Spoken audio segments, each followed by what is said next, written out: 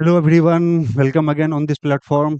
और कैसा चल रहा है आप लोगों का मेंस का प्रिपरेशन? क्योंकि समय नज़दीक है और जितना जल्दी जितना एक एक दिन आपका बीतता जाएगा, आपके ऊपर प्रेशर बनता जाएगा। उसी चीज़ को इंश्योर करने के लिए कि आपका प्रेशर क्या हो, मिनिमाइज हो, आप पे क्या हो, वो प्रेशर स्ट्रेस नहीं बने, वो आपको वो क्या किया जाए, स्ट्रेस मैनेजमेंट आपको सीखना आना होगा। और वो स्ट्रेस मैनेजमेंट का तरीका क्या है, आपको इसके लिए प्रीवियस ईयर क्वेश्चंस पर क्या करनी होगी, एक आपकी एक पकड़ बनानी होगी। और उस क्वेश्चंस को अगर आप अटेम्प्ट लेते हैं, वहां पर अगर आप अपने आप को फील कंफर्ट करवाते हैं, then you will get a comfort position in real examination hall. Otherwise you will feel the same stress on your body, on your mind, on your hand, on your pen while you writing your exam.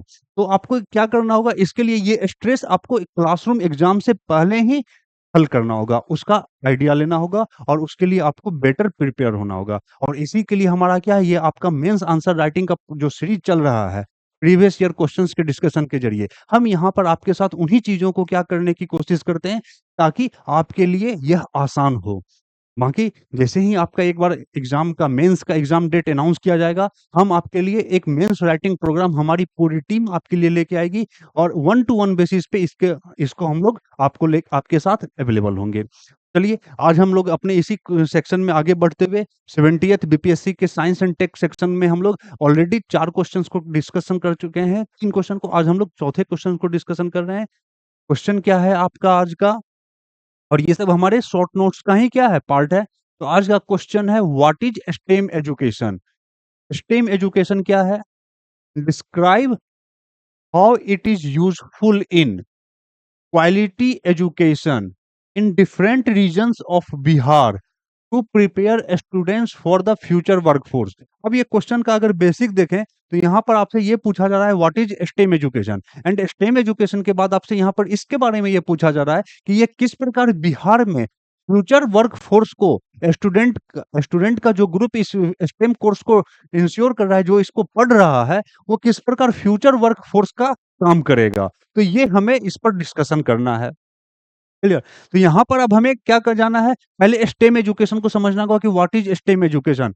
Stem is acronyms of science, technology, engineering and mathematics. यानी जहां पर भी ये stem education होगा, अब इन चारों subject का जहां पर इंटीग्रेशन होगा, यानी इन चारों सब्जेक्ट का क्या, इंटरडिसिप्लिनरी ये आपका अप्रोच जहां पर ये डेवलप करेगा, वहीं पर ये स्टेम एजुकेशन होगा। आपके एग्जाम में, नेक्स्ट एग्जाम के लिए मुझे लगता है स्टेम से बढ़कर स्टीम एजुकेशन, एक ये स्टीम एजुकेशन पर भी हो सकता है आने वाले समय में आपको प्रश्न मिल जाए, क्वेश्चन मिल जाए, जहां पर ए स्टैंड्स फॉर आर्ट्स। इस प्रकार आपके साइंस और ह्यूमैनिटीज बैकग्राउंड को, ह्यूमैनिटीज सब्जेक्ट को कोलैबोरेट करते हुए इस सब्जेक्ट को, इस स्ट्रीम को क्या करना है, इन्हांस करना है, ताकि क्या हो, स्टूडेंट की प्रोडक्टिविटी और उनका जो क्या हो, उनका अवेयरनेस और उनका जो लेवल हो, क्या हो, अपग्रेड हो। क्लियर? तो ये एक अलग क्वेश्चन बन सकता है। तो अब हमें यहाँ पर स्टेम स्टीम पर क्या करना है, स्टेम एजुकेशन पे फोकस करना है। तो what is STEM education? It is the interdisciplinary approach for the science, technology, engineering and mathematics which ensures the integrates real world application, goes beyond textbook and classrooms। अब सिर्फ ये classroom और text book तक ही ये क्या है, education limited नहीं है, इसके बियॉन्ड है। इसके बियॉन्ड कहने का मतलब, what you are studying, what you are reading, you have to learn, you have to practice, you have to do practical accordingly। तो देन इसके लिए हमें क्या होगा, क्लासरूम से बाहर जाना होगा, टेक्स्ट बुक से बाहर जाना होगा। तो यानी स्टेम एजुकेशन जो है, यह क्या कर रहा है, स्टूडेंट्स में प्रैक्टिकल अप्रोच, प्रैक्टिकल स्किल, जो आप कह सकते हैं स्किल डेवलपमेंट, इसको इंश्योर करने का काम कर रहा है। जैसे ही देखेंगे, अगर भारत सरकार या बिहार सरकार जो भी है, इनके इंडियन गवर्नमेंट या बिहार गवर्नमेंट इस टाइप के स्किल डेवलपमेंट प्रोग्राम को लेकर वो हर समय, बदलते समय के साथ वो आते रहते हैं नए नए प्रोग्राम के साथ। तो ये किस चीज को इंश्योर कर रहा है, स्टेम एजुकेशन को। अब ये क्या कर रहा है, इसके जरिए क्या होगा, what will it offer, this education, this course what offers dynamic head on approach to learning that foster critical thinking, creativity, innovation, problem solving and adaptability. देखें, अगर ये शब्द आप लोग इसमें इंश्योर करेंगे अपने डिफिनेशन में स्टेम एजुकेशन के, तो you will gate bonus marks with other aspirants, clear? तो यहाँ पर इन चीज़ों को आपको ये इंश्योर करना होगा। अगर ये चीज़ें अगर आपके आंसर में मिसिंग होंगी, ये सच वर्ड्स, तो आपको क्या होगा, एक जनरल मार्किंग मिलेगी और जनरल मार्किंग से आपका मार्क्स जो आएँगे वो क्या आएँगे, जनरल मार्क्स आएँगे और आपको मार्क्स एनहांस करना होगा, तो आपको ऐसे टेक्निकल वर्ड, अगर ये साइंस एंड टेक का पार्ट है, तो आपको ऐसे टेक्निकल वर्ड आपको यूज़ करने ही आने चाहिए, क्लियर? और इसका एम क्या है? अब क्वेश्चन में ही ये बताया है, तो प्रिपेयर लर्नर्स, लर्नर्स कौन हो गए? Student for technical and scientific carriers of the future.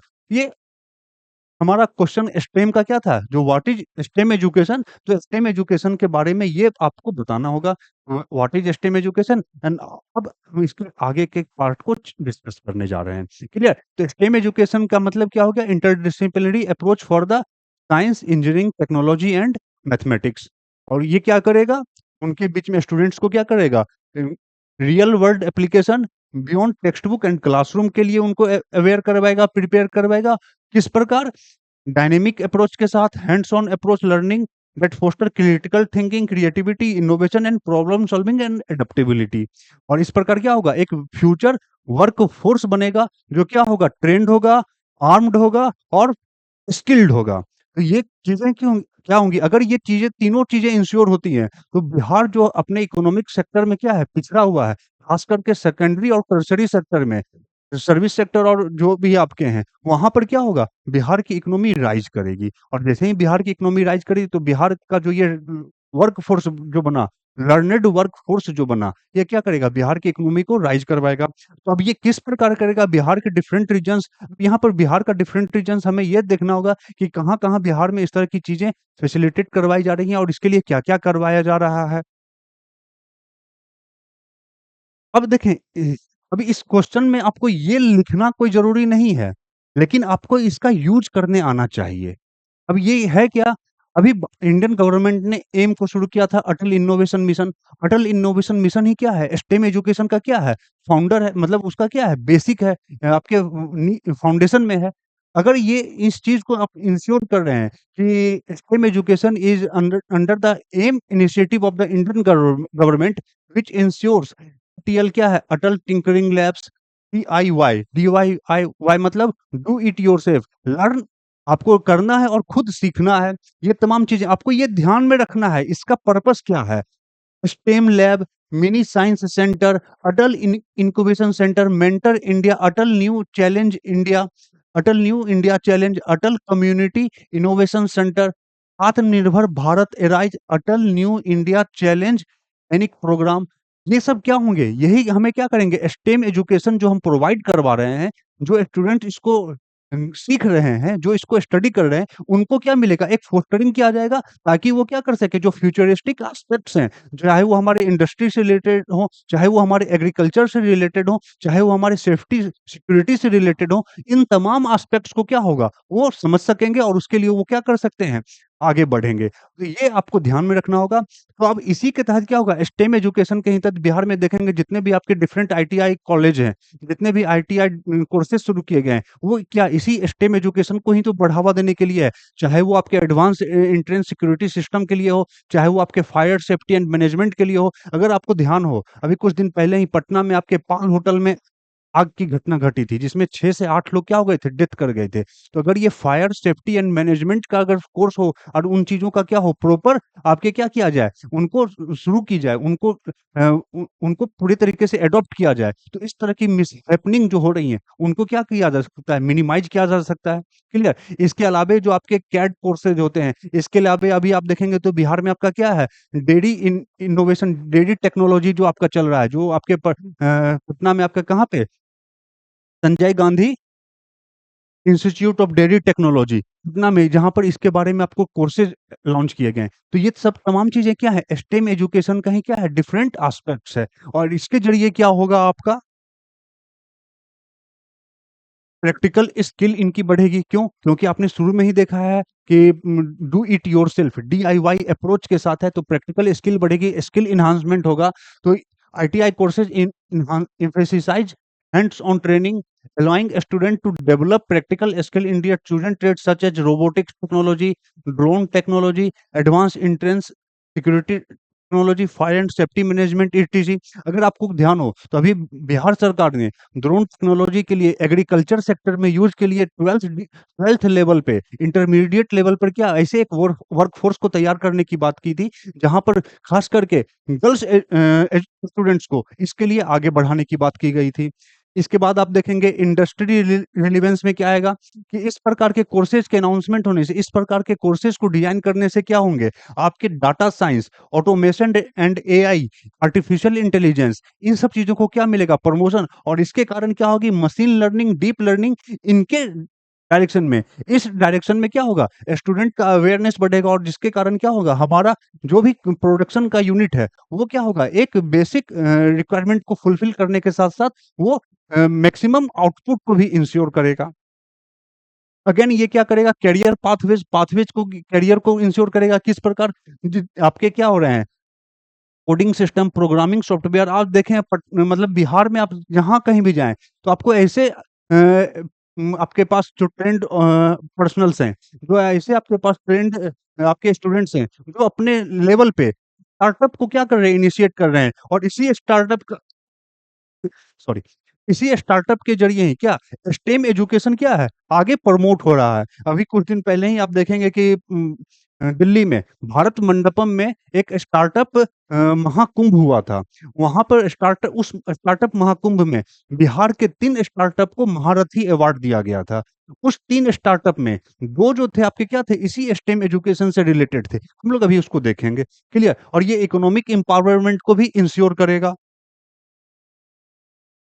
ये जो आपका इसके ज़रिए क्या होगा, यह latest up to the minute technology and resource loaded STEM lab solution in Bihar schools. और ये स्टेम एजुकेशन कहाँ, बिहार स्कूल में ही दिया, बिहार के गवर्नमेंट कॉलेज स्कूल्स में या प्राइवेट स्कूल से, वहां पर इस चीज को इंश्योर किया जा रहा है, खास करके आईटीआई कॉलेज वगैरह यहाँ पर। और इसके कारण वहां पर क्या हो रहा है, आपके ये जो आपके स्टेम लैब्स बन रहे हैं या मिनी साइंस सेंटर बन रहे हैं, ये तमाम चीजें क्या हैं, इस चीज को इंश्योर करने के लिए, ताकि उनके बीच में स्टूडेंट्स को प्रैक्टिकल नॉलेज मिले और उस प्रैक्टिकल नॉलेज के अकॉर्डिंग वो नए सॉल्यूशन को लेके आए। क्लियर।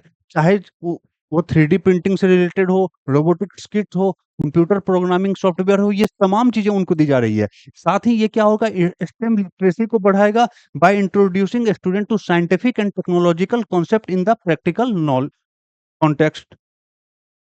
इसके बाद मैंने कहा कि वेरियस स्टार्टअप जो हैं आपके, various startups based on the stem education, ये बिहार में प्रमोट हो रहा है। खास करके आप देखेंगे कुछ ऐसे आपके एरोस्पेस वाले स्टार्टअप भी बिहार में क्या प्रमोशन ले रहे हैं। आपके कुछ ऐसे स्टार्टअप प्रमोट ले रहे हैं जो आपके food industry, food processing industry से क्या है, वो रिलेट कर रहे हैं। तो जो अभी भारत मंडपम में 3 बिहार के स्टार्टअप को महारथी अवार्ड मिला था, वो कौन-कौन थे आपके, EY delta, lady fair and भोजपत्ता। क्लियर। अब खास करके इसमें ईवाई डेल्टा एंड भोजपत्ता, ये क्या है, आपके स्टेम एजुकेशन से रिलेटेड है। क्यों, ये जो है आपका ई व्हीकल, आपके ई व्हीकल के प्रोडक्शन और इसके मैन्युफैक्चरिंग के लिए यह काम कर रही है। और जबकि भोजपत्ता जो है, यह आपके sustainable agricultural process, sustainable agriculture आपके प्रोसेस को इंश्योर करने के लिए यह काम कर रहा है। तो इस प्रकार देखें तो स्टेम एजुकेशन जो है वो क्या कर रहा है, बिहार में एक नई टेक्नोलॉजिकल वर्कफोर्स को क्रिएट करने का काम कर रहा है, जो आने वाले समय में भारत के साथ-साथ बिहार की इकोनॉमी को भी बूस्ट कर सकता है। तो इस प्रकार आप देखेंगे कि यह क्वेश्चन को किस प्रकार हमने आपके साथ डिस्कस किया है, what is stem and what is the advantage of stem education in creating the workforce for future. तो इन चीज़ों को आपको ध्यान रखना है, और जब भी आपको कुछ भी समस्या लगे, मतलब ऐसे क्वेश्चंस के साथ क्या करना होता है, आपको यह कुछ करंट के साथ अपडेशन की ज़रूरत होती है। क्लियर? तभी आपका आंसर औरों से बेहतर बनेगा। होप ये क्वेश्चंस आपके लिए, आपको एक नया इनसाइट दिया होगा कि मेंस के आंसर राइटिंग को किस प्रकार अप्रोच किया जाए। आगे भी हम इस सीरीज़ को कंटिन्यू करेंगे और आगे आपके साथ आंसर राइटिंग प्रोग्राम भी शुरू करेंगे। तब तक हमारे साथ बने रहें, जुड़े रहें, और हर दिन हम लोगों के साथ जुड़कर अपनी तैयारी को एक कदम आगे बढ़ाएँ। Thank you.